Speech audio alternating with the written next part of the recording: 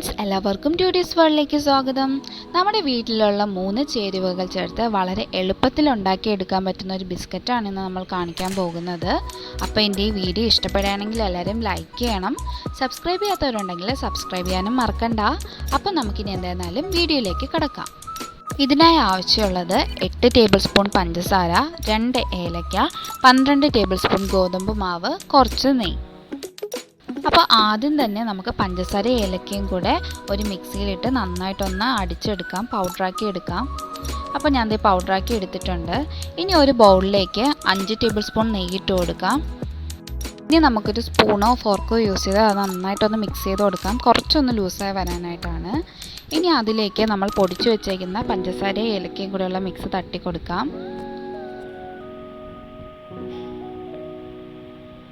ഇനി നമ്മൾ എടുത്തു വെച്ചിട്ടുള്ള ഗോതമ്പ് പൊടി അത് ആദ്യം ഞാൻ കുറച്ചാണ് തട്ടി കൊടുക്കുന്നത്.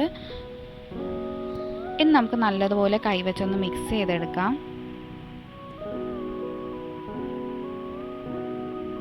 അപ്പോൾ ഞാൻ ഇതിലേക്ക് ബാക്കിയിരുന്ന മാവും കൂടെ തട്ടി കൊടുത്തിട്ടുണ്ട്.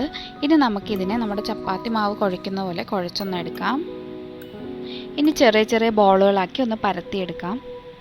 അപ്പോൾ നിങ്ങൾക്കിതിപ്പം ഈ ഒരു കൺസിസ്റ്റൻസിയിൽ കിട്ടിയില്ല എന്നുണ്ടെങ്കിൽ കുറച്ച് പാൽ, വളരെ കുറച്ച് പാലും കൂടെ ചേർത്തൊന്ന് മിക്സ് ചെയ്ത് കൊടുത്താൽ മതിയാവും.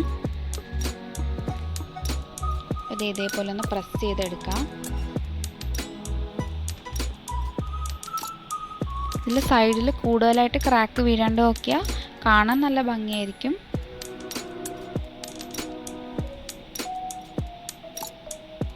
അപ്പോൾ എല്ലാ മാവും ഇതുപോലെ ബോൾസാക്കി കുഴച്ചെടുത്തിട്ടുണ്ട്. അപ്പോൾ എനിക്കിതിന് 7 പീസാണ് കിട്ടിയിട്ടുള്ളത്.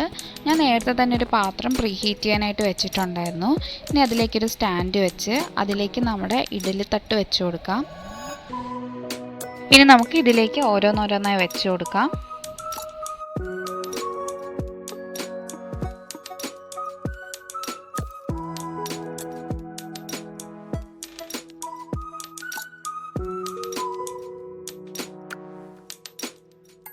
ഇനി ഇതൊന്ന് നമുക്ക് അടച്ച് വയ്ക്കാം.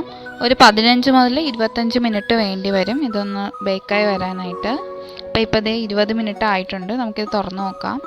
അപ്പോൾ നമ്മുടെ ബിസ്ക്കറ്റ് ഇപ്പോൾ റെഡി ആയിട്ടുണ്ട്. അപ്പോൾ നമുക്കിനി ഒന്ന് ചൂടാറിയതിന് ശേഷം ഇതൊന്ന് പുറത്തേക്ക് എടുക്കാം.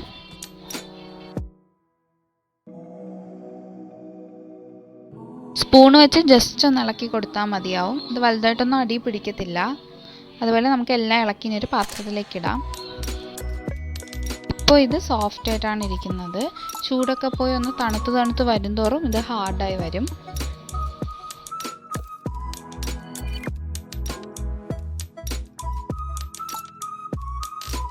അപ്പം നമ്മുടെ ബിസ്ക്കറ്റ് റെഡി ആയിട്ടുണ്ട്. എൻ്റെ സെൻറ്ററിൽ ഞാൻ ഡേറ്റ്സ് ആണ് വെച്ചേക്കുന്നത്. അപ്പം നമുക്കിനി ഇതൊന്ന് മുറിച്ച് നോക്കാം. നന്നായിട്ട് വന്നിട്ടുണ്ട്. അപ്പോൾ എല്ലാവരും വീട്ടിൽ ട്രൈ ചെയ്ത് നോക്കുക. ഇന്നത്തെ എൻ്റെ ഈ വീഡിയോ എല്ലാവർക്കും ഇഷ്ടമായെന്ന് വിചാരിക്കുന്നു. ഇഷ്ടമെങ്കിൽ ലൈക്ക് ചെയ്യുക, ഷെയർ ചെയ്യുക, കമൻറ്റ് ചെയ്യുക. സബ്സ്ക്രൈബ് ചെയ്യാത്തവരുണ്ടെങ്കിൽ സബ്സ്ക്രൈബ് ചെയ്യാൻ മറക്കണ്ട.